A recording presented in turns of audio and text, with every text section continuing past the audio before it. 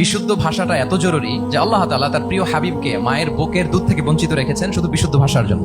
একজন মানুষ সর্বপ্রথম কোন জিনিসের প্রেমে পড়ে জানেন? কথার প্রেমে পড়ে। কথার ধরন, কণ্ঠস্বর, তার অ্যাটিটিউড, তার শব্দের জাদু, এটা মানুষের হৃদয়কে জয় করে ফেলে। তো রাসূল সাল্লাল্লাহু আলাইহি ওয়াসাল্লামের এই এলোকোয়েন্স ছিল। তিনি বলতেন আল্লাহ তাআলা আমাকে সর্বমর্ম বাচন ভঙ্গির অধিকারী করেছেন। মানে উনি যেটা বলতেন এটা ছিল very precise in wording but comprehensive in meaning. এটার যে দোতনা, এটার যে appeal to the heart of the people, to the heart of the listener, এটা অসাধারণ। মানুষের হৃদয়কে জয় করে ফেলতো। আল্লাহু আকবার। তিনি এমন ভাবে কথা বলতেন, কথার মাঝখানে পজ দিতেন, মানে একটু থামতেন যাতে করে শ্রোতারা বুঝতে পারে। এত চমৎকার করে ওনার প্রেজেন্টেশন ছিল, বক্তব্য মালাগুলো ছিল, ফলে যারা শুনতেছে ইজিলি মুখস্থ করে ফেলতে পারে। রাসূল সাল্লাল্লাহু আলাইহি ওয়াসাল্লামের সবচাইতে বড় ভাষণটি ছিল বিদায় হজের ভাষণ, খুব সম্ভবত। ওই ভাষণের টেক্সট গুলোকে যদি একসাথে করা হয় আমার মনে হয় 10 মিনিটের বেশি লাগবে না ওই টেক্সট গুলো পড়তে। তার মানে সবচাইতে বড় যে ভাষণ ওনার, ওটা কত ছিল? 10 থেকে 12 মিনিটের ভাষণ ছিল। আমরা তো ঘন্টার পর ঘন্টা বক্তব্য করি, তারপরেও তো আমরা মানুষের মনকে খুশি করতে পারি না। উনি সেই যে 1400 বছর আগে 10 মিনিটের একটা ছোট্ট ভাষণ দিলেন, গোটা বিশ্ব আজও হাবুডুবু খায় ওই ভাষণের ভেতর, ঠিক কিনা বলেন?